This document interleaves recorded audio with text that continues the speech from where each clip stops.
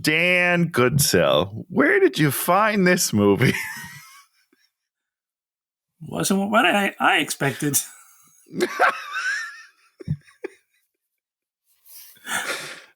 I hope that you tell me what you expected when we start the show. I have no idea what I expected, curious. But it wasn't this. You're like, what's happening? I had to watch half of it twice, Dan, because I was like, what is whiplash? What is going on? Great stuff. And Sean Penn really good. Went on to have a career. How did we let that happen? Hey, watch him with Dan and Tony. Hey, watch him with Dan and Tony. It's like watching, yeah. Welcome to Hey Watching with Dan and Tony. I'm Dan. I'm Tony. Each week on this podcast / show, we pick a movie, then we talk about the movie. This time I get to pick the movie. I went back to 1986, the year I was born, for... No, that can't be right. The year... You are not a year younger than me, Dan. The year I could go to jail. The movie I picked was Shanghai Surprise, starring Sean Penn and Madonna and a cast of characters. Yeah. I mean, Uncle Vernon is in there from Harry Potter. Looks exactly like he does in Harry Potter, which is what, 20 years apart? Which is crazy. Could be. Good for him. Well, not good for him in this movie because he's older. He looks older than he is. Yeah. But then he looks the same 20 years later. So 20 years later, good for him. You know, he peaked early. And now this movie. Ooh, yeah. I don't. I had never heard. Have you heard of this movie? Tell me the story of how you found this movie. Well, back in the day, Madonna was in Desperately Seeking Susan with Roseanne Arquette, and I believe it was written and directed by Amy Heckerling. Okay, a real fun movie. Real fun movie. She ends up. Roseanne Arquette ends up getting Madonna's character's jacket. And then, you have sort of the mix up and, somebody wants something. And so, she's like a suburban housewife who gets sort of drawn into this other. Madonna? No. Roseanne Arquette. Sorry. Okay. Yeah. I was like, wait. That can't be right. Madonna can't be the housewife that gets pulled into it. That doesn't make sense. No. Okay. I'm with you. She's sort of like dating the guy in the rock band. And then I think there's like expensive earrings. I think it's a pair of earrings that the bad guy wants, and maybe they're in the pocket. I don't remember. I haven't seen it in a while, but something just fun. Fun, humorous adventure. Madonna's character. Street smart. All these things. Sure. And then they have to work together to defeat the bad guy, and you're like, okay, this is a movie. These are characters. We're going to places in the New York City-ish kind of places, and things sort of happen, and there's an amount of jeopardy, and then it is resolved. Love it. That sounds like a movie. The cops come in and slap the bracelets on the person and take them away. Yeah, haul him to jail. And so, of course, after that, they're like, Madonna, she can be a movie star. She could be. And then I believe this is her second movie. Okay, so I was going to look that up because I need a timeline of Madonna's acting career real quickly. Yeah, I believe. Because I believe what were you going to say? I believe this is her second movie, I believe. Okay, I'm getting into it right now. Tony's getting into it. I'm digging deep, guys. Get in there, Tony. All right. First of all, her IMDb is way bigger than it should be, but I think a lot of it's music videos. Sure, of course. So there's that. Starred in 200 movies. All right. Things, the egg, everybody, not Madonna. Yeah, these are all music videos. I don't want music. Desperately Seeking Susan, 1985. This is 86. And Shanghai Surprise is 1986. All right. Now, I have only seen Madonna in 2 movies in my lifetime. Yes. The first is, of course, Evita, if you remember that film. I've never seen it. She gets to sing in it, which helps a great deal. You know what I mean? Because she's a wonderful singer. Yes. She's got a great voice. So that one went okay. And then the other one I saw was, I believe I told you last week, Body of Lies. Yeah.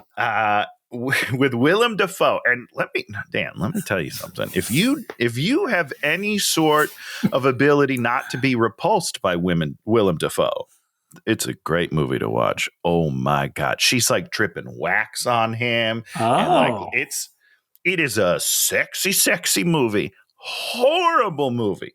Awful. Terrible movie. So sexy. so sexy. So they got that part I'm trying right. to find where this came out. But this movie came out in 86, so it's 1 year after Desperately Seeking Susan. Oh, yeah, So in 1990, she did Dick Tracy. I don't remember that. She played the singer ingenue kind of character and did not have a big part, but she was dating Warren Beatty, I believe, at the time, I think. Got maybe. it. Okay. Isn't she dating Sean Penn during this movie? I believe they said she was married to him. Oh, they married. Sorry. I didn't mean to. Sorry. I have to retract the statement. It's called Body of Evidence. That's the name of the movie. It came out in 93. So many years later, she does a very sexy movie. And I would recommend checking it out, guys. I'm just going to throw that out. If you're alone in the dark. if you're feeling sad, just check that movie out. But this movie, way worse than all the ones that I just said. This is a bad movie, Dan. I guess on this movie, okay, Madonna was like the number one lead, and then she had say on who her male lead was, right? Okay, so she's like, I want my husband. Well, I guess on the set when they're shooting the movie, he would be like, "Oh, ha, ha, you got to do this because you can't fire me because she will only ever okay me as the male lead." He's got diplomatic immunity. Oh boy, this son of a bitch. So. I mean, maybe it's his fault why this movie is so terrible. Here's what I will say. Sean Penn, great actor, right? Am I wrong? I feel like he's a very solid actor. I mean, truthfully, I have not seen him in a lot. I mean, I haven't seen a ton, but like, Mystic River, I've seen that. He's great in that. Yeah. He's great in Fast Times. Oh, sure. And I guess, I don't know. I'm sure he does other movies that he's good at. He's really bad in this movie. He's a number of different characters. All in the same movie. All in the same movie. That's bad, Dan. Like if he shows up on a Monday, plays a character, shows up his next day's Thursday, he's a completely different character. That's bad. That's not a good actor. The first thing about this movie that makes it really bad is they don't know who either of these characters are. Both of them have severe inconsistencies throughout this film. Like, yes. It's brutal. He plays a guy. Let's start there. I guess we'll say great. He's a guy that's good baseline. Is he a sleaze? Is he a scammer? Is he really street smart, or is he not that street smart? He speaks Chinese, I think. That's the one thing. That's the one consistency through the movie is he does understand the language of Chinese, both spoken and written, which is pretty amazing. Great. Right. And Mandarin as well, right? Like I feel like because there's both in the movie, I think. I don't know. I don't know if he speaks because there's there's Mandarin and the other one. Yeah, I don't know. We're white Americans. Yeah. We're pieces of shit. We don't know. He understands the language in the movie. Yes, we set down that he can speak it and he can read it and write it to some extent. Other than that, I don't see a lot of real consistent character traits in him. Nope. Is he, I was going back to some classic movies, Romancing the Stone. Yeah, pure brilliant. Yeah, that's good. That's a good comparison too. Similar movie. Perfect comparison because what's his name? I think's kind of a drunk adventurer looking for whatever. Are you looking for Michael Douglas? Yeah, as the name. Yes, okay, Michael Douglas's character. And then what's her name's a romance writer who ends up there, and they sort of have to bond together to sort of solve the problem, right? So you don't know anyone in the movie? Is that what you're telling me? There's a romance writer played by a woman. And there's a man adventurer played by Melvin Douglas. I know. Kathleen Turner, Michael Douglas. Let's have a little reverence to these names, people. Yeah, I've explained it to you before. Actors don't. It's the actors. Who cares? You're right. You're right about that. If they can embody a character, I forget they even exist. They both can, and that helps a lot, I think, in that movie. And, she has to basically come out of her shell and not be a shut-in. Mm-hmm. And then he has to, we have to figure out if he's all in it for himself or if he actually cares about her. And, right at the end, you finally have that, point where he's disappeared and then he comes back and he gives her a boat, I think. Yeah. I remember that. I remember he brings her a boat. Yeah. You go on a nice little journey with these people. This movie, Sean Penn's character, I don't know who the hell this guy is. And more importantly, I don't even know why he's in the movie. Either do they. Because the scene where they pick him out on the street is asinine. It doesn't make any sense. All he's doing is yelling at a guy on a boat, and they're like, this is our guy. This is our guy that's going to smuggle opium? Is that he's just going to be able to... He's finding it? His character has two reasons. He can speak the language, and then somehow we figure out that he looks like China Doll's ex-boyfriend. Oh, right. Yeah, kind of has a similar, but not enough where we get to see two of them. That's a fun twist. If we'd have started the movie with him, with a beard and something happens with that, we'd be like, oh, it's I get it. It's the Chris Rock, Anthony Hopkins movie. That's right. It's a bad trope, but it's a trope you can use. We can understand it. We're like, that's why we need this idiot. He looks like that other idiot. Great. Fine. Makes way more sense than just being like, well, this guy speaks Chinese and that's it. Let's bring him on. We're gonna everyone else on that street also spoke Chinese. We're gonna figure out later that he looks like this person. It's not part of our choice, but it's integral to our thing happening. We're like, just a happy accident, Thank God he looks like him. And more importantly, what's his arc? I have no idea. He doesn't really have an arc. He gets to have some crazy sex throughout the movie. And that's about it. And then he's like, wow, my life's pretty good. And that's his story. That's his story. And then Madonna's character plays a missionary who we expect constantly to be revealed as either a con artist or a police officer or something. Yes. We just are waiting and waiting. Yeah, I thought it was going to be the second one. Where she was like some sort of law and this was like a cover. Yeah. It wasn't, apparently. Nope. But she's a horrible. What do you mean? She's not good at the job, right? As a missionary? As a missionary. She's bad. She's a bad missionary. Well, we're going to go back to the other movie of comparison, Guys and Dolls. Oh, great. Guys and Dolls, when Brando walks in as what's his name? That main character. I don't know. I was nicely Johnson. That's all I remember. Brando's the main guy. And then what's her name? Sister Sarah is the missionary. She is full missionary until he, feeds her the apple from the forbidden fruit. And the poisoned tree. She is turned. And then she also turns him from being, malcontent gambler. Because you're like this, and then you meet somewhere in the middle. That's what the characters do, right? I'm bad, you're good. We're both somewhere in the middle. Madonna's character, in some ways at times, kind of worse than him. Well, not only that, but she says there's like references to when she was in, what do they call it? Missionary school? That's Canberra, Catholic school or whatever. And she would stay out past curfew. Like she broke all of these rules. She was a terrible kid as well. So she's never good. She's always just like, I'm in this job, but I'm kind of a piece of shit. So we work out. There's no commitment. And you don't believe that she's ever been part of this. You're like, no, when is the commitment to what are you doing? She has some epically terrible lines that delivered, like the way that she delivers them are so bad that it's just like, oh, yeah. But, listen. She got to make movies, so good for her. Good for her. So we start the movie. We're going to have 10 minutes of the setup.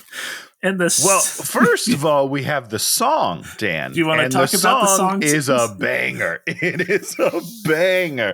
The Shanghai Surprise, written specifically for the film. If you do anything, just listen to the music. It's great. There's like one of the lines is, "You must be crazy. You've got no money, and you're a liar." It's just kind of explaining the characters of the movie. It's great. But it doesn't really explain the plot of the movie. And that's what I liked about it.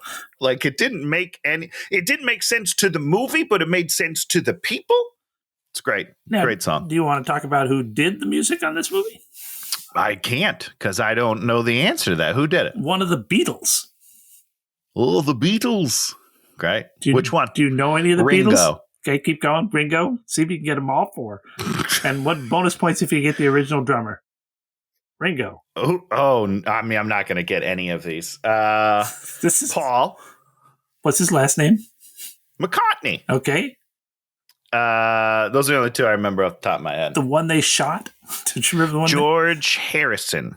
George Harrison did the music, and then John Lennon. John Lennon. Oh, shit. I forgot about Lennon. By far the most famous of the Beatles. Yeah, my bad. Tony can't come up with his name. That's Bush League. So George Harrison did the music, did like 5 or 6 songs. They were supposed to put out a soundtrack album, which they never did. Oh, they never did. I would have bought it right now. I would have picked that up on LP. You did not really like the music in this movie. I thought it was hilarious. I mean, is it something that I would listen to unironically? No. Okay. No. But what a treat. It's so weird. And off-putting. You're just like, and it's like bang, bang, bang, bang. You know, it's like weird Oriental. It opens and closes, which I feel like never happens. So that's good job, everybody. Okay, he was also an executive producer on the movie and had to fly to wherever they were filming it in the East, you know, to yell at people at least once. So he should have done it more than that, probably. 1937, Shanghai. The Japanese are occupying. We meet our main guy. We meet Willie, and then we also meet the king of opium, whose name is Walter Faraday, and they are fleeing from the part that's getting taken over by some occupation to another part, and they've got boxes full of opium. They get stopped by this dude who's the head of the police, and we're not sure what he wants because the opium just gets taken away. Yep. And then he and Faraday sort of battle. His name, he has a terrible name. What is his name? I wrote it down. I'm not going to guess so many it'd be times. Racist. Mygan. Yeah. Mygan. So he pulls, finally, we end up with him with the money belt from Faraday, and he goes through it. He pulls out US dollars, USD, throws it on the ground. Throws it away. Yep. This was my first point where I was like, this is a terrible movie. No one throws away USD. No, USD. Just put it in your pocket. USD is USD. It's always good. It's what we send on pallet loads to the Middle East because everybody wants USD. And I think at the time, I don't know the history. I bet the dollar was strong. You know what I mean? I'm just going to throw this out there.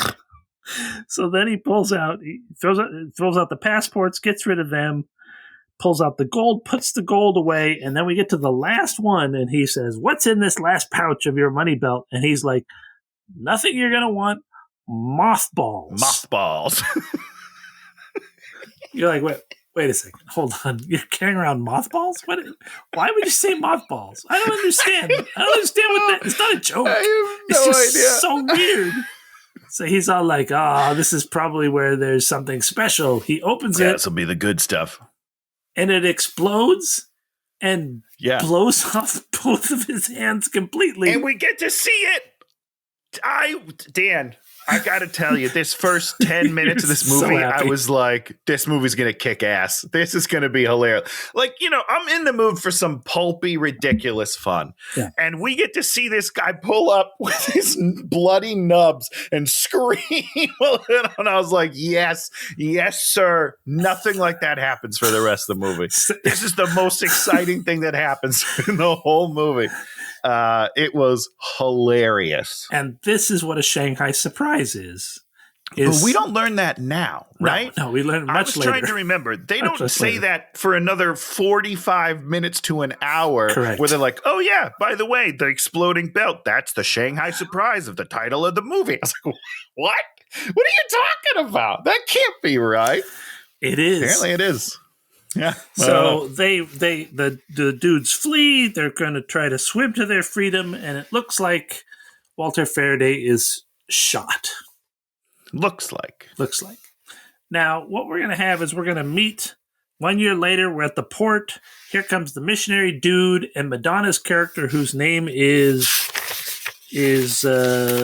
Miss Tractor or something. First name Gloria. Go with Tractor. We're just gonna call her Madonna because Mrs. Okay. Tatlock. I did not register this name for that can't be right. A good hour. Didn't register for an hour, and then they said it 100 times in the last half an hour, which was very strange.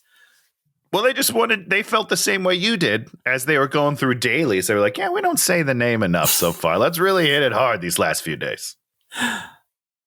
Missionary and Madonna. Madonna's a submissionary. Wow. Spoilers. The missionary guy is Faraday in disguise. Did you figure it out? Is it bad if I say no? Because I didn't. No, I think he does an incredible job. Okay, cool. Yeah, I had no idea. And that's why I had to watch part of it over again, like I said earlier, because when we got to the end, I was like, wait, what the fuck? You didn't realize? So I wanted to go back and be like, did they change actors halfway through? And they didn't. I'm just an idiot. He puts on a really good voice. Yeah. The amazing, he's got the things on and the old hair, and you're like, he embodies a completely different character. 100%. Incredibly impressive.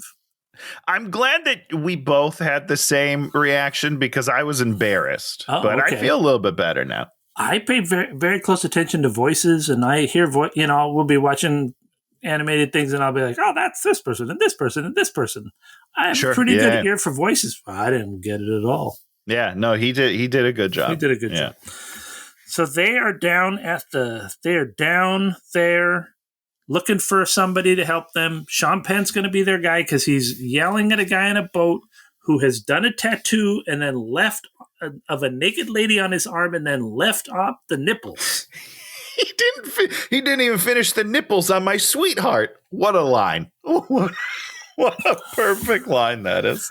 And we're immediately like, what? What is happening? He is greasy and he's horrible. Gross. But he's got the most eyeliner you'll see for 40 years. Between this and Pirates of the Caribbean, that's the two most eyeliners you'll ever see. And in this, it doesn't make any sense. At least in Pirates, it kind of makes sense. Like Johnny works with it. This just looks like he's wearing eyeliner mascara all over the place, and I don't know why. Just in this scene or in the whole movie? No, it's the whole movie. They're dark the whole movie. I don't know why. So we find out that he's down to his last $10. These guys want him, someone who speaks Chinese, because they're trying to find the father or son of an injured man and something weird. And then he's got a couple of crates full of painted ties, which has naked ladies painted on them, which was absolutely a thing that you had done over in Europe. I mean, in the Asia, and then shipped back to the United States. These kind of painted ties were a thing that people would buy. It is a business. And are they glow in the dark? He might have said glow in the dark. Yeah, it's possible. I feel like he did, and I was kind of excited by it. I thought that was a fun idea. What they would do is they'd actually paint them with, maybe not these, but like like watches that have glow in the dark. Yeah. They would paint them with radium, which is I don't think that's good. Like uranium, and the girls would dip. They would and then they dip it in there, and then they paint them, and they all got mouth cancer. Oh no! Well, worth it because it's pretty cool. Welcome to the past. Yeah. Well, isn't all the past, Dan? We're not great now either. No, we're not. He's Mr. Wazy. Glendon Wazy. Yeah. These names are terrible. Yeah. He's Mr. Swayze, if anything. So here they go. Madonna and him are now paired up to go try to find this dude. And he wants to get drunk. And so he's like, give me. Then she's like, no. And then she's like, give me money for rice. She's like, okay, here's a dime. And then he takes the dime and goes, buys booze. And he's all like, ha, ha, ha, rice wine. Yeah. So now we enter into this like sort of 20 minutes of the movie where she is providing him with cash to do things. And it's just terrible. To do nothing. Like, it doesn't progress the story. It doesn't progress the characterizations. I don't know what we're doing. We're floundering. They go to find the rickshaw king because the guy was a rickshaw driver. And now, what is that? Is that the carts? Yeah, that's a rickshaw. Okay. You don't know that word. You could have looked it up. Don't know the word, and I've never seen these carts before, and I was like, what is happening? Why are people pulling other people? This is terrible. You've never seen a rickshaw?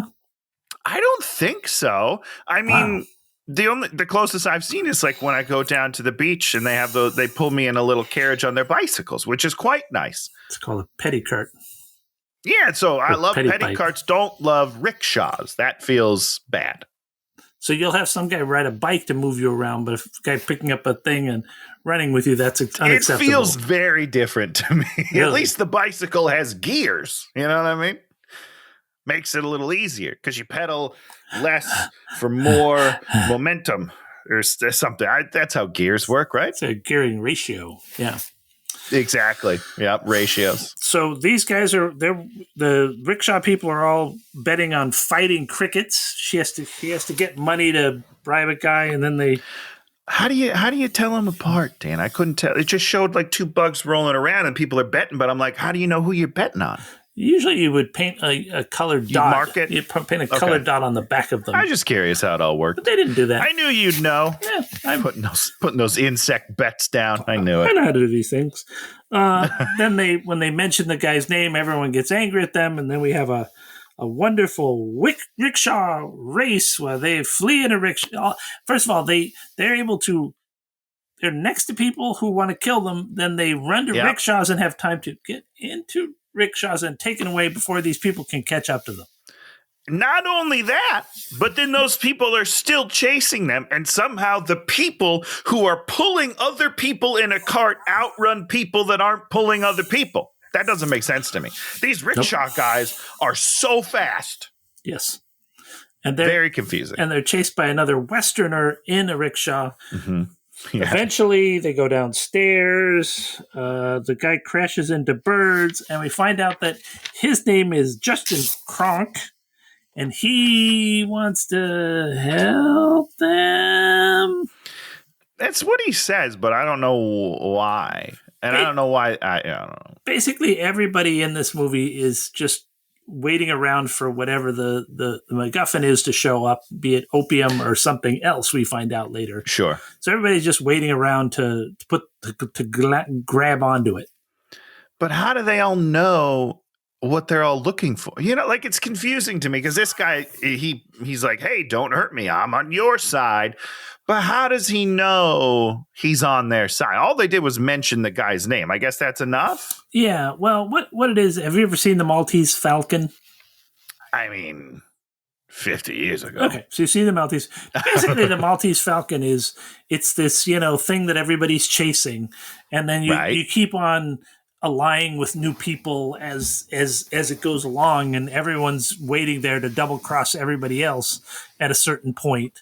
And as it progresses from city to city as they chase this thing down. So that's the idea. Is all right. I get there's you. already a group of people, Willie and Crunk, who've been looking for it, have been looking and now for they're it. like, oh, you mentioned the name, you must be looking for it as well. Let's team up. Okay. The whole thing is heating up. They're heating up. So that's then NBA Jam. They have to go see this other guy so Crunk says, go see this other guy. They go see him, and he's like, oh, give me money. And we do all this weird sexual innuendo. You didn't like No, it? I didn't like it. It was just weird. Yeah, that's why it's funny. If it was done well, it wouldn't be nearly as funny, Dan. You know what I mean? The fact that you're listening to it, you're like, what the fuck? That's what makes it nice. So he takes them after they give up money. It's either $40 or more than $40. I don't know. I have no idea. It worked out though. He takes them to this boat, and he's down in there. They look in there, and he pushes them in, and there's lots of stinky fish. And now let me just say two things, right? Yeah. One, this guy is the grandpa from Three Ninjas. Okay. And he's wonderful. I love him. But hearing him say weird sexual things is very off-putting for me. And when he says the line... What does he call her vagina, Dan? It was he says twin pagodas. I wrote that down. I didn't. Right. The place of ultimate comfort or something like that. It's something like that. And it is it's so skeezy. It's just very off-putting because he plays such a wholesome character in my childhood that it's very strange. Anyhow, but then getting back to what you're saying, they look down this little pit and Sean Penn's like, well, there's nobody down there. And he's like, well, we better rectify that. Yoink. And then he pushes them in, and there's a sound effect. I think part of this movie thinks that it's like a screwball comedy. And if it was a screwball comedy, it might be okay. But it's also not a screwball comedy at the same time. It never reaches that level. No. But every once in a while, it's like, okay, because when he pushes him in, there's some sort of sound effect, and you're like, okay, well, that doesn't fit this movie so far. One guy got his hands blown off and was waving them around, and now you're like, whoop. It's very strange. I know. It was weird. So then they go to baths, and Madonna's there, and he's there, and as they come out, he continues to be stinky, but she is no longer stinky. And we do that for a few minutes. What? I don't know. A few minutes. He takes 3 baths in this movie for some reason, in a row. I don't get it, man. I don't understand it. So they go back someplace, and Kronk is there, and we sort of find out that everybody's searching for this. The real thing is everybody's searching for the opium. The good guys want it so they could turn it into morphine for the war effort. The bad guys want it because it's money, and they call it Faraday's Flowers. Okay. Yeah, which is the title of the book that it's based on, I believe. Yeah. So there you go. She leaves. His ties are at the mission. Okay, whatever. So he goes back to the mission. They give him a ticket to L.A. and say, if you help us, here's your ticket. I don't know why they didn't just keep the ticket in a drawer and say after you solve the thing. You don't generally give him the ticket before he accomplishes the task. If you're ever trying to entice someone to do something, don't give them the reward before they do it. That's just a note for your life, everybody. And he, of course, uses the line, mighty white of you. He does. I noticed that too. It's the first scene comes out with a derogatory term for Japanese, right out the bat. And it took me a minute to settle back into this was 60 years ago. Don't hold up on those because you're not going to be able to watch this movie at all. So there's some stuff in here that's hard to watch every once in a while. You're just like, oh God. Okay. Yeah. So now they're at the dinner club. Kronk is there. Willie shows up.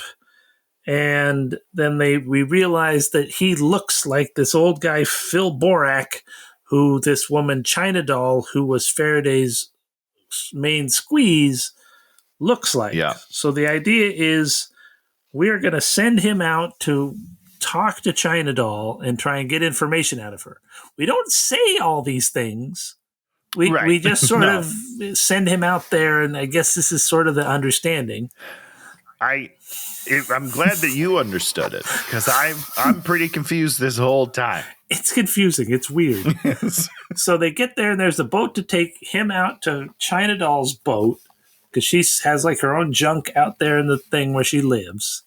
And then he's all like, I'm not going to go. For no reason, he decides he's not going to go. No, not at all. Madonna has pickpocketed him and has his ticket, which she says, I'm going to tear this up if you don't go. Yeah. She pickpocketed him. Yes. Yep. Because she's a bad person. We already talked about it. She's not a missionary, because she also picks a lock at some point. No, she kind of does. Listen, she kind of does is enough. That's more than I could do. I would take a hairpin and I would just smash it around a lock for a while, because that's what I saw in Supernatural, but that's not going to work. Yeah, that won't work. You know why it won't work? No, I don't. Because if you're ever watching them do lockpicking, you got to do two things. You got a tension wrench, which is the thing which puts tension on the little thing that turns, right? And then you put the other thing in that manipulates the pins. Right, which is what the edges of the key does. Mm-hmm. And so if you manipulate it, they'll slowly catch, and then when all the pins have caught, then the tension wrench turns it around. Dan, why do you know how to pick a lock? Because that seemed pretty specific, and I feel like it might work. Because I was a child, and you teach yourself that stuff when you're a child, right? Didn't you teach yourself lockpicking? Didn't you study the life of Dan, Harry Houdini? I used to ride my 3-speed off of little jumps that we made in the backyard and pretend I was a badass. That's what we did as kids. Yeah. See, you were just being lame in a more lame way. Yeah. I used to do what was the skip it? Remember the skip it? Well, we used to do a lot of skip-its. That's where, like, there's a circle, you put it around your ankle, and then there's a chain that goes to a ball, you whip it around and jump over it with the other leg, and it counts how many circles you do. That was cool. I think our big lockpicking thing was we went to the park and we unlocked the thing that was in charge of the sprinkler system, so we could have taken charge of the sprinklers. Did you turn the sprinklers on, or did you just unlock it and leave it? I think we just unlocked it and looked at it. Yeah, that sounds about right. So that way on Monday when the groundskeeper came back, he'd be like, "Did I forget to lock this?" That's a good prank, dude. I'm sure I relocked it. I'm sure I didn't leave it unlocked. I wouldn't want some. I snuck back after all my friends went away, and I locked it again because I felt bad. Okay, so he gets out there, and here we go. So here's China Doll on the boat. There's like porcelain dolls, and this is when things get like the Orientalism, which is like when you take anything from the Orient and make it like, ancient Chinese secret. No tiki, no laundry. It's so like weirdly racist, and these characters aren't human beings. They're just sort of these weird Western obsessed archetypes. Yeah. It's troubling. It's uncomfortable. So she wants to have sex with him. Why? Madonna, because she looks like the dude she once knew. Is that it? That's the whole thing, you think? Okay. It's very weird. She doesn't say that, just for the record. Nope. And it's just all of a sudden she's like laying him down and being like, you're going to have sex with me. And he's like, wait, I am here for a different reason. She's like, you're going to have sex with me. And then he gets this weird shit-eating grin on his face as if like Sean Penn himself is like, this is a cool movie. I'm so glad I'm here. It's so weird, Dan. I'm so confused. And, they have sex. They draw on each other. She's like, draw the whip on me. And then she's like, now we're going to do the horse and the whip. And he's like, where's the whip? And then she like starts whipping her hair back and forth. Whipping her hair across. Which you're like, okay.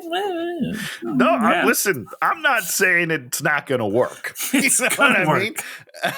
It's definitely going to work. It's just I just don't understand why it's happening. you know? But Madonna is on the dock chain smoking because there's like 30 cigarettes on the ground. She's so in love with him? I don't know, Dan. I don't know. It's very strange, and it gets weirder in the next scene. But let me just. We have to go back real quickly before they have sex. They give him a bath, and she's like, "Here's some drugs to take." He eats all the drugs, and nothing happens. He's weird. Totally fine. But this is the second bath in a row that he takes. Hold on, we got to do one more thing. This is like my favorite thing because it's so weird. The girl is like, she is a trained courtesan. She knows the chair. She knows the obedient wife. She knows the passive acceptance. And she does like 6 or 7 of these weird things. You're just like, oh my God, this is so bad. It's all weird, man. It's all weird. Yeah. That's it. Do you have anything else? You were going to say something else? No, I was going to bring up the bath again because they keep bathing him, and I don't understand why this is happening over and over in the movie. Like, what is the point of this? It's very strange. And also for a broke guy, this guy has an extensive wardrobe that he is constantly changing into. That always like 20 looks good. Outfits. Yeah, always looks great. So dumb. He goes home to his hotel. There's Madonna sleeping in his bed. She gets up. She's angry. He's all like, I'm not angry. I'm doing good. He wants to have his breakfast and get a good rest. But of course, he goes down for breakfast, and then Kronk is there, and then he's grabbed by the police, and he's taken away to Megan, who is the guy with the no hands. Yeah, which, by the way, they're very creepy. They are creepy. The hands that they got for him are creepy. Yeah. So the guy's hands are blown off now, has ceramic hands, and he is going to torture to get information. We don't know what the information is. And then he gets the neck stabber, which stabs his neck. Yeah. And then I think which is what a weird machine. Does the scene just sort of end? How does that scene end? He basically says, like, I'll do it for you. I'm pretty sure he gives in. Oh, he's like, I'm going to go back to see China Doll and get the information. That's what it is. Yeah, I'm pretty sure. He goes back to Madonna. She's all like, thank God you're all right, but he's drunk. Oh, no, she finds him in bed or something, and he's drunk and he's hurt. Yeah. And then, oh, God. And so she's like, I still need you to do this. So she undresses, talks about missionary school. She gets into bed. She takes off her bra. She climbs on top of him. Hold on. She climbs on top of him, and then she grinds on him. He's all like, get away from me. I don't like you. And she grinds on him, and then he's all like, I guess if you're going to grind on me that hard, we're going to have sex. Yes. In a nutshell, this is what happens. So what she says is she needs to have sex with him in order to obligate him to finish her task. Yes. What a weird fucking thing this is the strangest scene I've ever seen in my life. And she starts undressing, and Sean Penn is like, nope, I'm not even going to look. I'm not looking. And then, she starts doing what you said with the grinding and the looking sexy, and makes him grab her boobies at one point.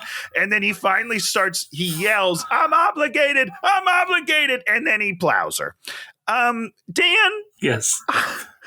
What the hell is happening in this scene? This is so weird. It's so uncomfortable for me to watch. I'm confused. She's hot. Duh. He would not be against this. One. So point number one, no human man. Sean Penn, the second she's like, hey, you want to do it? Sean Penn's like, yeah, for sure. Without a doubt. Two, she's doing it almost against her own will. Because she's like, I don't really want to do this, which I think she kind of does. She totally. Because she was chain smoking, because I think she was upset that he was sleeping with China Doll. So I think that she likes him. Yes. But it's not coming through. I don't know if that's the performance or the script. So like part of hers doesn't seem to want to do it, but she's going to do it. He doesn't want to do it, but he's going to do it. It's all weird. I didn't like it. That's all. All right, I'm done. I'm calm. But actually, I'm not calm because the next scene is even worse. But she's very good looking. Dude. It's like watch Body of Evidence, Dan. I'm telling you. It's like the China doll scenes. You're like, okay, whatever. Then Madonna gets in there. You're like, oh yeah, she's magnetic and charismatic. When you give she's her alluring. When you give her something like this to do, you're like, I'll for sure. buy it. She's got a lot going on. Last Pitch, Body of Evidence. Everybody should watch it. It's incredible. So then what happens, Dan? What happens when they wake up? Why don't you tell us? She's been boozing. She's been boozing. Why? I shamelessly blackmailed you. I released you from your obligation. Oh, she's in love. They're in love. She feels bad that she had sex with him. That's what is happening right now. What are you talking about? She is so upset that she forced herself on him, that she is like, you know what? I know that we had sex, but you don't have to do it if you don't want to. It's fine. So this guy convinces her to have sex with him and then also doesn't have to do his duties. How is this happening? I was livid. This doesn't make any sense whatsoever. It's called A Perfect World. Sean Penn is just a puppeteer, man. He's just crushing it out there. It is so weird. This is the strangest sequence ever. She sits in the windowsill, then falls backwards out the window to her death, but not to her death. Just to 6 inches. Ducks. A bunch of ducks and dirt, and she's all dirty, and you're all like, oh, now we're getting somewhere. It's so weird. And then they're just like laughing and having a good time, and they're in love, right? They're in love. This is the point at which they've gone from not being in love to being in love. There is, where is it? There's a line where she is like, hey, she's crying in the dirt. This is what it is. And she's basically like, I'm the worst. I'm so sorry I did this to you. Like, why? And he's like, I'll still do the job. Yeah. So she asks him, why would you be willing to do the job if you didn't want to last night? And he says, quite frankly, I couldn't stand you then. So he hated her yesterday, yes. But now that she's had sex with him, he's like, I'll do whatever you want because now I like you. Now that you're of use to me sexually, now I like you. It's so gross. I hate this 3 minutes segment. I hate it. I liked it. She was all dirty, surrounded by ducks. I'm like, here we go. This is some good stuff. I love ducks. So she's all like, it's too bad you didn't get any information. And he's all like, actually, I was able to get all the information I needed in the world. Pretty much got everything we needed, so don't worry about it. And then we have this weird flashback where it's like he didn't do anything. China doll just gives him all the information. This is such a weird flashback. We flash back, they're mid her seducing him, straddling him on top, and she stops and is like, why don't you really tell me why you're here? What? Yeah. Why would you care? You're seducing him. This movie's bizarre. And so basically she just gives him another name. You know, it's just like, This is one of those movies where it's like, here's a name, go to this person. Here's a name, go to this person. Side quest, go see this guy, go see this guy. Okay. Yeah. So they go. Oh wait, no, they go to see Jogo. Yeah, they go to see Jogo, who's at the polo club, and we find out the exploding belt is a Shanghai surprise, and then he's like, well, I spent money because he was going to buy the opium, and she's all like, well, here's $38. Why don't you give us the opium? And then he's all like, no, that's not enough money, and then Sean Penn's like, wait, I have something that you want? And so he throws a baseball because Jogo is obsessed with baseball. I guess. And then we have this weird process shot of a ball flying through the air. Not spinning. That's key. And then he's all like, Jogo's like, what is that? That's not a pitch I know. And then he's all like, that's a knuckleball. And he's like, you got to teach me the knuckleball and I'll let you have the opium, which I don't have, but I'll give you another name. What? This doesn't make any sense. This is the dumbest thing I've ever heard in my entire life. I don't even know what to say, Dan. This floored me. He threw a knuckleball. First of all, perfect knuckleball, right? He did a great job. Was it really? I don't know. That didn't move at all. Isn't that the point? I don't know. Because I think the point is a knuckleball doesn't spin, so it doesn't catch the wind correctly. So it kind of like moves. I see. So yes, I'm pretty sure that's what it does. Got it. So it again, I guess you know what, he's right. I don't know what a knuckleball is either, so I'll give him anything he wants if he teaches me the knuckleball. I don't know. Yeah, because normally a ball goes whoop, zoops in there. Yeah, that's it. Because they grab them. You grab them by the stitching, so they can. Well, yeah. So the fastball is a finger on each seam. Oh, really? Right? Okay. Yoink. A curveball, you do 2 on one seam and throw your wrist that way so it hits it. Slider is the opposite, like that. Knuckleball doesn't spin, so it catches the wind. I think that's all of them. I don't know. I played baseball 20 years ago. I don't know, guys. There it is. Tony on baseball. Good. Thank you, Tony. So, yeah. And he's like, you're going to teach me. He's like, I'll teach you later. You're going to teach me now. I guess he taught him now. I don't know. We don't see it. We don't see it. So we're not quite sure. I'm like, maybe. Yeah, but I guess we'll assume that he learned it. They go to an opium den. They get grabbed by everyone in the opium den because they have money. But then the dude that worked for Faraday comes out. He's got the stabbed neck, so they bond over that. Then we start talking about the Phoenix. I don't know what this Phoenix stuff is about. It's weird. Not a clue. Didn't even write it down. That's how much I didn't understand what was happening. So we go have another dinner with Willie and Kronk, and we find out that the guy with the was an ex-warlord, the guy with the hands, and then they're like, Kronk, what do you want? And he's like, I want to get paid. Okay. Is this the scene that starts with them pulling a gun on Sean Penn in his apartment? No, this is just this is a dinner. All right. Okay, so we go back to we do another Jogo thing where he talks about the Phoenix and mythology, and it's baffling, and then he just leaves. Okay, that's Jogo. I know what that's about.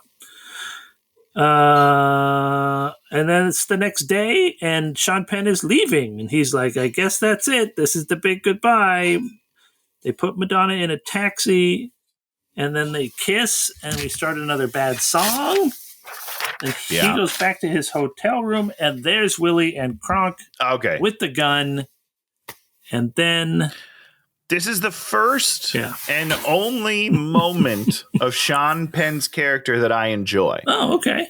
Because it's not a part of his character, but it should be. This should be. So they pull the gun on him. This is the character he should have been through the whole thing. This is the character he should have been. So they pull the gun on him, and then one of the guys feels bad about it and puts the gun. He's like, oh, I'm sorry. I hate these things. And Sean Penn literally pulls the gun back up, and he's like, you better keep pointing on me or I'm going to kick your ass or something like that. And I was like, yes, that's the guy. He should be a badass. That's the guy that we need. And that's it. He should be a badass. That was the only moment. He's never a badass in this movie. You're just like, nope. This one moment. Yeah. This one little moment. Yeah. So they pull out a newspaper, and they're all like, see, this is what happened is Mygon looted the royal tombs along with what's his name. And then I guess the tombs were the person who China doll thinks she is. Right. What? So they're like, you got to go back to China doll because there's more to get out of her. And she thinks she's an empress. I didn't understand. She's a reincarnation of the empress. She's the Phoenix reborn. But legitimately, why not? Because it's confusing. Yeah, and kind of weird. I don't know. So he goes there, and then Mygon tells another story, and they talk about how Mygon looted the thing, and they stole a bunch of gems and jewels, and that's what this is really all about. It's not about the opium. It's about a bunch of gems and jewels. And then she shows that what's his name pulled out all of her fingernails. Yeah, which is that's the one that would get me, I think, in a torture. Oh, as opposed to having getting my fingernails pulled out, knives stabbed into your neck so you die. Well, yeah, because here's the thing, right? Tell me the thing. You're gonna kill me, yeah, or you're not. Like, there's not a lot of lingering pain, but the fingernails, I'm not gonna die. I'm just gonna be in a lot of pain. And after that first one, you're like, okay, that was a 12 on the pain scale. I don't think I can do that 9 more times, guys. Please, God, I'll tell you anything you want. Well, you'll tell him anything we want, but you can do it 9 more times. I have faith in you, Tony. Can I? Maybe I'll just pass out. Just pull it out, and I'll just pass right out. So then I think, does she give him the stuff now? I don't know. You're the one that takes notes. No, he doesn't. No. Nope, not yet. She's gonna. I only have 2 more notes for the whole movie. He has to go back to the boat 1 more time because we have to go to that boat 3 times. 3 times. There it is. So he I guess gets off the boat and he's wandering in the middle of this big flat plain, and a car picks him up, and then they shoot at the car, and then here comes Mygon again. He's like, "You have solved the mystery. You got to get the jewels." And then he's like, "Now we shake on it." And then he goes to shake, and then the guy with the ceramic hands grabs both of his hands and sort of crushes his hand. But there's also smoke blowing up behind him because I think there's a cigarette that's not.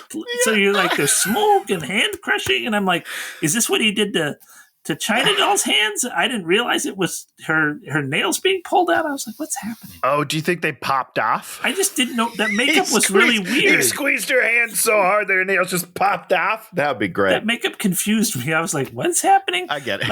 Like in a movie where you see a guy's hands blown off, I'm like, you got to be more specific. Maybe have one of her fingers cut off. Sure. Yeah, there you go. Fingernails. I mean, because again, we see the bloody stumps. I mean, his shirt's tore. There's bones sticking out. It's great. It's a great first scene.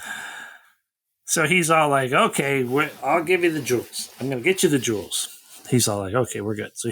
So now Sean Penn goes back to the mission, or he goes somewhere where what's her name is, where Madonna is, and they're like, oh, no, he goes back to the mission, and they're like, we don't fence stuff. We only can have the opium. He's like, we'll get you the jewels, and then you can sell the jewels. He's all like, no, we don't want to do that. We can't do it. We only want opium because opium is what we need. And you're just like, what? What are we talking about?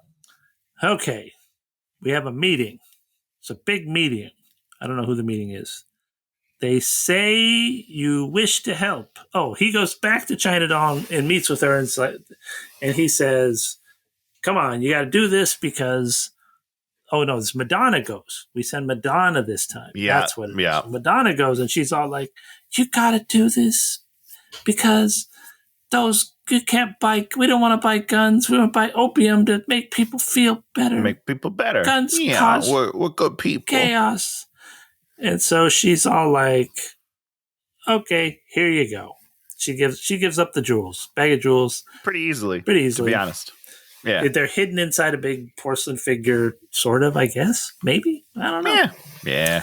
They go back. So Madonna comes back there. There's Sean Penn. And lo and behold, the bad cops are there waiting for them to and what's her name sails away. They're like, okay, give us the things. And then they're like, whoop, whoop, whoop, whoop. And we do running around. And then what's his name shows up in his car. And then they do driving around. Yeah. And then... oh my God! What's it? I don't even know what happens. There's a lot of twisting that happens in the next 20 minutes of this movie that's going to take just as long to explain. So then they try to run back to the boat, and then they're caught. And then Madonna yells at him, and then it gets back to the money belt. So lo and behold, Sean Penn has a money belt, and since when? They're hidden in there. Yeah. Well, since he went back to Jogo's place off screen, he went back to Jogo's place.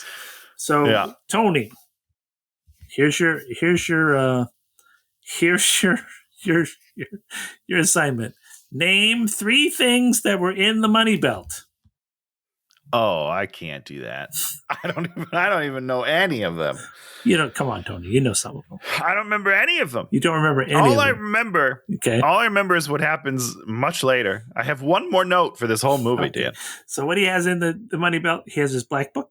He has an expired library card. He has a Lone Ranger badge. Oh, I did remember the library card. Damn it. He has silk stockings because you never know what silk stockings will get you when you're alone in a room at night. You might need to jerk off in some silk stockings. Something soft. You know, you don't want something harsh. You don't like a rock, you know? Rock is not going to do it. Silk stockings will do it. A Hershey bar. There were some photos of girls. And then we get to the last one. He's all like, what's his name thinks there's going to be a bomb in there. So he's all like, open the last one. He's like, there's just mothballs in here. He's like, you're opening that one. And as he opens it, Jogo and his guy dive to the ground. He opens it and he says, what's in that one? The last one says mothballs. He opens it. Mothballs fall out. And he's like, yeah, you're right. Okay, mothballs. Then he gives it back to him and then it explodes. I guess. Yeah, there was some sort of time delay on it. I don't understand. he knew that the band. I don't understand. Well, you see, that's what the mothballs do. They slowed down the deterioration of the gunpowder. But there was. I don't understand. Okay. Yeah, no, it doesn't make any sense at all. Kills everyone. Knocks them into the water. Madonna's character, they ADR in there. Yeah. Did you forget I don't know how to swim? Yeah. And then they're both out of the water. Did I forget that? Because I don't remember learning that. I don't know. I don't understand. Why do you ADR a line in there about her not being able to swim when her not being able to swim doesn't even come up? It doesn't matter because she gets out just fine. I don't know. And then he'd hidden the jewels in the boat. Jogo steals them. That's my favorite part of the whole movie, Dan. Oh, okay. Yeah. I don't even know what's happened. I think Sean Penn's holding the jewels and Jogo says something about something and then he grabs the jewels and he goes, but robbery is better, and then runs away. I don't understand what's happening. And then Madonna knees him in the balls. Chases him down on foot. And then Sean Penn uses a baseball to knock out the henchman. And he's all like, if I'd have been a better pitcher, if I'd have had this control back in the day, I'd be pitching for the Yankees. Pitching for the Yankees? What is happening? See, and that felt like me what this movie was. This should have all been about him being a failed baseball player, right? But at least it gives him his character something, right? Like that's something to play. Is a down on his luck ex-ball player that just found himself in China and now is just like trying to make his shit work. That's a character I like that this you could guy. do. This is a guy I like. Yep. And then, he uses Jogo's doing his whole thing. You're like, okay, that makes sense then. But it coming out of nowhere, you're like, oh, he's a master pitcher. Out of nowhere? Well, because the writers knew. Yeah, they knew. Obviously, they knew that that's who he was before, but they don't tell us that. Oh. So weird. Oh, the little dog, little dog, little dog. Little dog making their pants. Okay, so they go back to the mission. Willie and Crunk are there. There's a gun. Mr. Burns uses Kung Fu. And it turns out that Mr. Burns is actually Faraday. He kicks the two of them down the stairs, and I guess they either die or just leave for no reason. I think they just leave because they're like, that wasn't fun. Yeah. And then they want to leave. So he locks them in some wicker boxes. Yeah. Dan, how tough is wicker? This is a real question. I don't remember wicker. That's not really a thing anymore as much. You would never get out of those boxes. Oh, really? Yeah. Okay, because the whole time I was thinking, I think I could just flex and bust right out of there. Nope. No? Okay. Not a chance.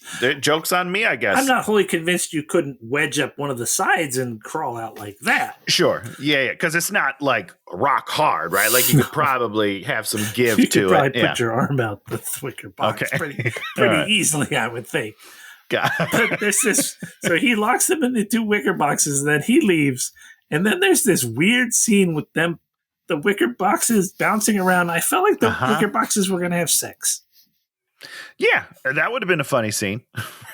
I would have watched that, just kind of smashing together with the boxes a little. That would have been fun. So she's trying to push the little latch open, and then they both go down the stairs, and then they're like, ah. And then the dude who's really Mr. Burns shows up, and he's all like, let me let you out of here, young lady. Right. He's been on a bonus mission somewhere else for an amount of time, and that's when what's his name took over, and he's been expected. Super weird. Yeah. It was all very confusing to me. Faraday would know to sneak in and take over this. Like, why? Well, because does he even know who Sean, like they are? I don't know. It was all very confusing, but it's great that he rescued them. So he rescues them. The movie must go on. Lets them out. Of course, Sean Penn's character's all like, "Oh, my bones are broken." Right. And Madonna's character just gets out, like, fine. Whatever. Yeah, she's totally fine. They go to the docks. They sneak into the cabin of Faraday, and he's like, "Oh, too bad. The jewels are all fake, but I've got your ties here. Let's just go to America. We'll sell your ties, and then we'll make a lot of money." But I'm taking a bath. With the ties? Yeah, with the ties. That's his plan? Four cases of ties. Yeah, it's gonna get them through the winter. That's maybe $50 back in the day. I mean, you know what I mean? Maybe it's 6 months. 6 months of living. Let's say. Maybe. So he's like, I'm too busy taking a bath. I'm going back to my bath. And you're like, this guy's the most fucking bath. terrible guy in the world. And they're just like, whatever. Good luck, bath guy. Right. So Sean Penn pays a guy to take the cases off the boat while he's taking a bath. Well, wait. Madonna Hold on, leaves. though.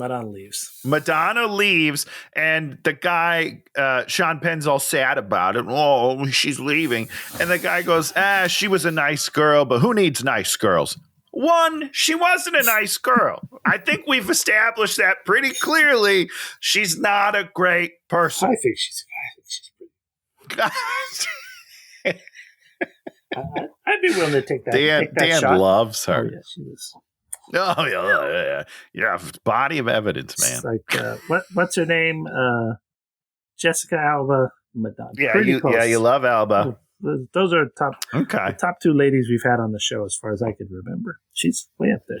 I mean, we've had a lot of episodes. It's hard to keep track. With appealing people, male or female. I don't know. Yeah, probably about 1 million guys. You're like, this guy's the hardest guy to ever live. There are a lot of good-looking dudes out there. You know who's not one of them? Sean Penn. Not selling me on anything here, Sean. So he like, I'm actually in love. I'm going to chase her. So he gets his crates off there, chases her down. They fight through the crowds. You were like, maybe there'll be something funny that happens here. No, nothing funny happens. Yep. No. And then they put the trunks on a thing, and then they realize the opium is in the trunks. So what's his name knew where the opium was the whole time, and he was whole time taking the opium to America. I guess, yeah. Not making it for medicine. That's for darn sure. Do you think is that what you would do if you had all that opium? Why would he take it to? I don't understand that. I feel like we would probably use it. You could sell that on the street for a lot of money, right? It's bad. Yeah. I guess it'd be worth more. I don't know much about drugs. I guess it'd be worth a lot more in America. So I don't know. The dollar's pretty strong, as we talked about. So they end up with the opium, and all is good in the world. And that's, what are they going to do? I guess maybe actually make the medicine? They're going to turn it into morphine and save all those American lives. Are you sure? No. Because he seems pretty excited about it. I think he's going to sell it. I think so, too. I'm just going to throw that out there. I think he's going to go full dark and become a drug kingpin. He's probably going to say, let's sell half of it, and we'll give the other half to the Americans. Yeah, we'll do half for good and half for us. And she'll do it because she's not great. She's not great. She's trash. She's great hair. It's a very nice hair. Not a typical hairdo I would enjoe, but I like that hairdo. No, okay. Well, but it works for you. That's all that matters. So this movie was just a mess of tones and ideas. I thought we were going to read that it was supposed to be like a full sort of action thriller or whatever, and then they made it into a light comedy for these two. I didn't read that. It didn't say that. It said that these two were the two were always developing the movie for. So I'm like, okay. Well, swing and a miss. It doesn't always work out for everybody. It's pretty terrible. This movie is nuts. Anything else to say? You want to talk about the song some more, Tony? Yeah, they closed with the song again, which is, it was really welcoming at that moment as he's like forcing her to wave, and then ding, ding, ding, ding. It's great, man. It's great. I love it. Tony, tell us about something you like this week. Well, it's it's officially Christmas season. Thanksgiving's over. Black Friday's over, which is sad. And so we've been watching a lot of Christmas movies. So sad. Are you okay? Did you do a lot of Black Friday yesterday, Tony? So you know what? I didn't, and here's why, Dan. Wow, because so why are you sad if you didn't do anything? Well, hold on. I'm going to tell you. Okay. Here's why I'm sad. I used to love Black Friday. That was a big day for me. BlackFriday.com was always one of my starred things in my Google Chrome. BlackFriday.com. What the hell is that? It's like it takes all of the information from the web and like puts it in one place for all the best deals. It's great. It still works, but there's less good deals. My sister and I used to stay out all night and do it. It was great. You and your sister would stay out all night and do it? Do you want to rephrase that? Yeah. Let me back up a second. I don't want to hear My about sister and I used to go out and do it in the back of the car. No, so we used to Black Friday shop all the time. I loved it. And then this year I had to work, and we went out and did some live hits from the Glendale Galleria. Oh, live hits. Dead. What? It was dead. Oh, yeah, really? man. 6 a.m. Like Macy's open, JCPenney's open, and there's like 12 people. It was depressing. Back in my day, lines would be around the block. People, we used to have those videos of people like trampling people to get. It's just not the same anymore, man. It's depressing. Nobody cares. Everyone's shopping online, So it was a bit of a letdown. I'll tell you that. We went to the Target like a month ago, maybe like around Halloween, like before Halloween. Oh, right when the Halloween stuff came out, we went to Target because Shannon wanted something because they made all this great stuff. And we were looking at the big screen TVs. And there were big screen TVs that were, I don't even know, 58, 97, 247 inches. And they were like $200. I mean, the numbers were insanely cheap. Yeah. Insanely cheap. Yeah, the TV we used to have in my last place was a 55-inch that we stayed all night at Best Buy to get, me and Lance, my old roommate. And that was like on sale for like $2,500. We were like, oh, that's like $1,000 off. What a deal. You can get that same TV for like $200 now. It is ridiculous. How? I don't understand that. I don't know. Yeah. The whole world's falling apart, Dan. Crazy world we live in. Anyhow, regardless, this isn't what I was going to talk about. Yeah. Black Friday's dead. It's very sad. But it's Christmas season, so we've been watching all the Christmas movies. Yeah. And we watched all the new Netflix Christmas movies that came out. And I have to say, Hot Frosty is a 10 out of 10, man. I loved it. Thought it was great. That seemed like a movie they made for you specifically. Tailor-made for me, and they knocked it out of the park. It's so fun. I would recommend that the most out of all the new ones we've seen this year. Last week we talked about the difference between you and me. You want the warm, soft hug of Christmas Hot Frosty. Yep. Yes, please. My recommendation. Oh no. We're going full dark, no stars. For the documentary Anatomy of Lies. Oh, geez. Talk to us. What's up? 3-part doc on Peacock about this woman whose name was like Elizabeth Finch or something. She faked cancer to become a writer on Grey's Anatomy. And that was just the beginning. Just the tip of the iceberg. And oh, no. There was a Vanity Fair article, I think in 2022, which, when I heard about this, I was like, man, I know this whole story. I must have read the Vanity Fair article. And the article was amazing. This show, more amazing. Just so fucked up. Just like, oh my. Really? All right. Maybe I'll have to check it out. She's a fucking psychopath. Allegedly. Of course, allegedly, yeah. So yeah, Anatomy of Lies on. If you have Peacock and you want to watch people who are completely insane, yeah, I will watch it in January once Christmas season's there you over. Go. After your big soft hug is over, you can let a little spark of darkness in your We'll eyes. start 2025 on the wrong foot. You know what I mean? That's what we'll do. It's gonna be great. Tony, we need a movie for next week because Red One's not out yet. I know, but but we're not doing it because you tasked me with doing a guilty pleasure. I don't know if you remember that. Oh, we're doing guilty pleasures first. Oh. That's what you said you wanted to do. Maybe we should do guilty pleasures in January. We could do guilty pleasures in January because there is a movie that is prime and ready for us to watch this week. Yeah, let's we'll if we have to go to guilty pleasures, if we run out, because there's some good stuff we need to do for the holidays, don't we? There's a Christmas movie that just dropped that we desperately need to watch. We'll keep Christmas in there. We'll do guilty pleasures in January when life turns to shit again. Yeah.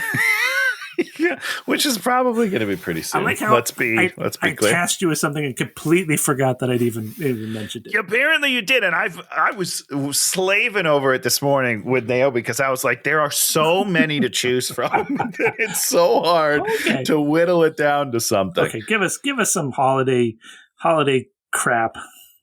Okay, well, I mean, I don't know if it's crap or not. It looks bad, but it also looks enjoyable. You know what I mean?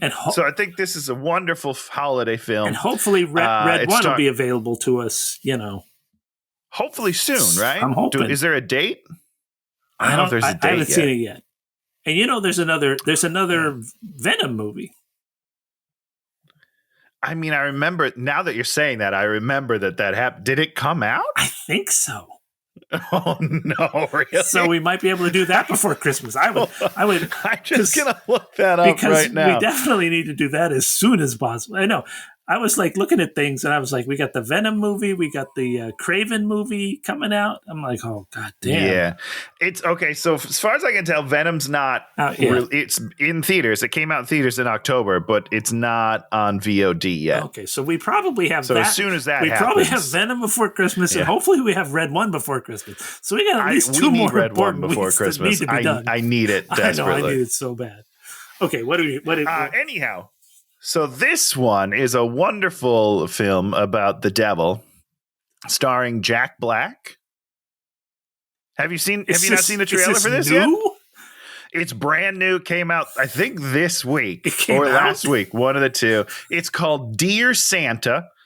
And basically, I believe it's the Farrelly brothers. And it's about a kid who writes a Dear Santa letter, but has dyslexia and writes Dear Satan.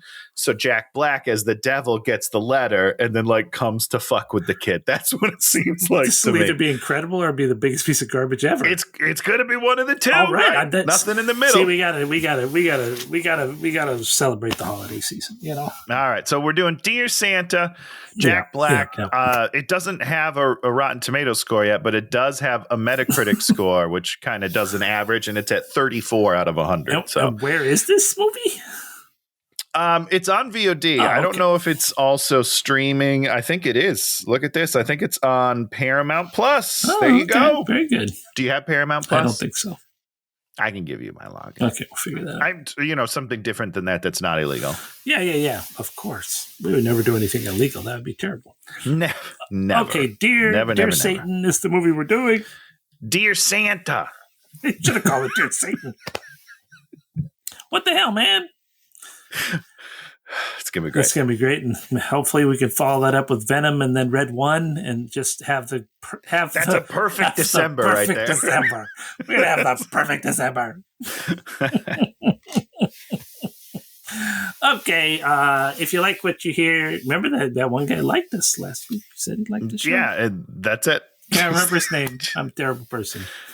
You didn't even go back and look it up after we talked about it last time, Dan. I didn't do it either, so I guess that's on me. Shannon can attest that my memory is getting so bad. Yeah, I hear you. She's like, I told you that yesterday. I was like, you talked to me? We talked yesterday? Does she ever gaslight you? No, using the fact that you have a bad memory? I gaslight her.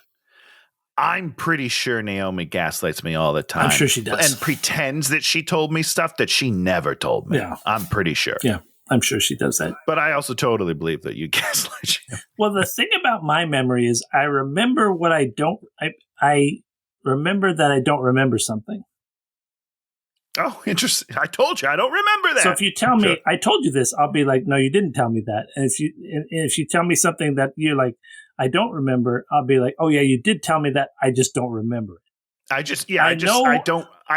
This sounds familiar, but I have no recollection. Yeah. It disappears from my mind, but when reminded, I'll remember that something happened. I was like, yes, I did know this at one point in time. Not anymore. Unless I'm playing a game on my phone, and then I'm like, you were giving me information while I was on my phone. Well, then that's on you. That's your. You should not have done that. That's entirely your fault. Everyone knows that you can't talk to someone when they're on their phone because their brains are shut off. They're like, You're absolutely correct. So we'll be back talking about Dear Santa, Jack Black. I think there's a Minecraft movie too coming one of these days. Oh yeah, you're right about that. Boy, does that look bad. They're so angry. Yeah. They're angry at Jack Black over that movie. So we'll be back talking about Dear Santa, and like, subscribe, and leave a comment. And we love you all. Merry Christmas. Goodbye, everybody.